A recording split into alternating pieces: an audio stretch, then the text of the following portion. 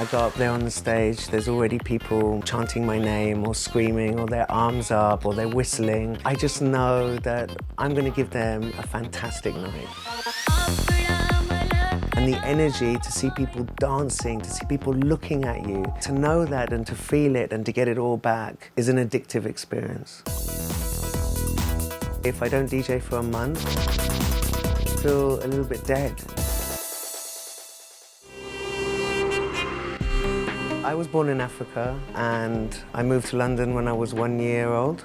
In London, I'd say about '93, electronic dance music started to emerge. So for me, the thing that really ended up changing my life was this music at that time, the vibe that I had, the community, my tribe that really captured me. I came to India at the age of 23, somehow looking for my Indianness, and realized the magic of India, and also realized that the music that I was now listening to hadn't arrived here. So for me, I bought a tape-to-tape machine and some blank tapes and some amazing music from the clubs that I was going to. I just started copying them and selling them on the beach in Goa. I then put them in all the shops I could, in Goa, in Bombay, in Delhi, in Pune. The fan base just grew and grew and grew.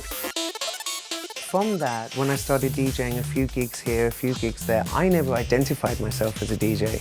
And you have to remember, in the generation where I'm born in, there wasn't such a word as a DJ. That was never a career choice. Then what happened in 2001 is somebody in Germany heard one of my mixes, thought it was amazing, and decided to book me for a really huge event in Berlin. I suddenly realized, wait a minute, does this mean like I'm a DJ now? Faiza was an accident, you know. My real name's Faiza. The Ma just kind of came. I mean, I didn't plan anything. I didn't plan to be a DJ. I didn't plan to sell music. My only thing I did was I planned to come to India. I'd say that was the biggest plan that I ever had. It's not about me looking great. Whether I go out and play in a pair of jeans or in a suit doesn't really make that much difference. I have a lot of women who come to my events, a lot more than other DJs, because I play much feminine music. And also a lot of guys come because they really enjoy my music. And many people say to me, it's not just the music that they love, but it's about who I am and what I represent. You know, I'm 42 years old. I'm a girl dressed as a boy on the stage.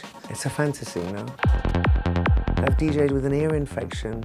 I've DJ'd with having an accident the day before and I've got stitches in my head.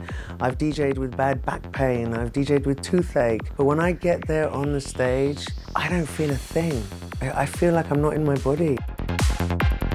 I think the goal for my music is to uplift people. I think there's so much madness in the world and there's so much chaos, and I think if for one moment you can take somebody to a different place, out of where they are, and into a different level of consciousness.